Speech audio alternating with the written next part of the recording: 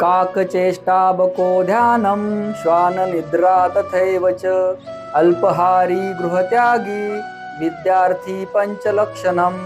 भगवद्गीतेमध्ये या श्लोकच्या माध्यमातून विद्यार्थ्याचे 5 गुण काय असावे हे सांगितलेले आहे। चला तर पाहूया भगवद्गीतेनुसार विद्यार्थ्याच्या अंगी कोणते 5 गुण असले पाहिजे। तर भगवद्गीतेने पहिला जो गुण सांगितला आहे तो म्हणजे काकचेष्टा। काकचेष्टा म्हणजे कावळ्यासारखी चेष्टा करायची।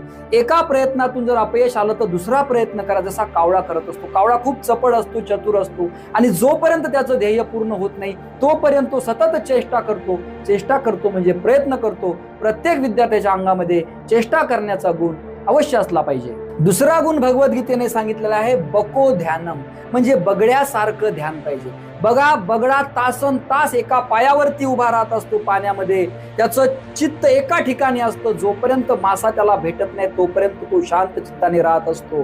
कितीही माशाने त्याच्या पायाला वळवळ जरी केली तरी तो त्याचं चित्त भंग करत नाही आणि शेवटी त्याला ज्यावेळेस मासा मिळतो त्याच वेळेस तो मासा मिळवतो आणि त्या ठिकाणाहून पुढे जातो। असाच गुण विद्यार्थ्याच्या अंगामध्ये पाहिजे। सर्व चित्त एका ठिकाणी असलं पाहिजे, सर्व चित्त आपल्या ध्येयावर असलं पाहिजे आणि शिक्षणावर असलं पाहिजे। तिसरा गुण भगवद्गीतेने सांगितलेला आहे श्वान निद्रा, म्हणजे कुत्र्यासारखी झोप पाहिजे। बघा, कुत्र्यासारखी झोप पाहिजे म्हणजे विद्यार्थी अलर्ट पाहिजे, जागरूक पाहिजे। समोर काय चालू आहे, आपलं कॉम्पिटिशन काय आहे हा त्याचा अर्थ आहे। त्यामुळे कुत्र्यासारखी झोप अतिशय महत्वाची आहे। म्हणजे आपण कधीही जागरूक असणं गरजेचं आहे।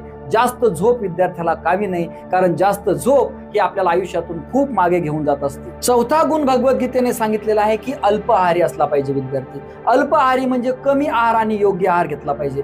जास्त आहार जर घेतला तर तब्येत पण वाढू शकते, आळस पण वाढू शकतो आणि आपण आपल्या ध्येयापासून दूर जाऊ शकतो। म्हणून भगवद्गीतेने सांगितलेलं आहे अल्पहार आणि योग्य आहार, फास्ट फूड खायचं नाही। पाचवा गुण आहे विद्यार्थी गृहत्यागी असला पाहिजे, म्हणजे घराचा त्याग केला पाहिजे। म्हणजे घर सोडून नाही गेला पाहिजे, तर घराचा मोह नाही असला पाहिजे। बघा, ज्यावेळेस विद्यार्थी बाहेर शिकायला जाईल त्याला थोडा त्रास होईल, स्वतःचं काम करावं लागेल, डिसिप्लिन मध्ये राहावं लागेल, घरच्या सारखं वातावरण नसणार आणि घरी जर मोह असेल तर तो विद्यार्थी त्या ठिकाणी राहणार नाही आणि परत आपल्या घरी येईल, कम्फर्ट झोन मध्ये जाईल। म्हणून हा अतिशय महत्वाचा गुण तो म्हणजे विद्यार्थी गृहत्यागी असावा, घराचा लोभ त्याला नसावा। तर हे 5 गुण भगवद्गीतेने विद्यार्थ्याचे सांगितलेले आहे।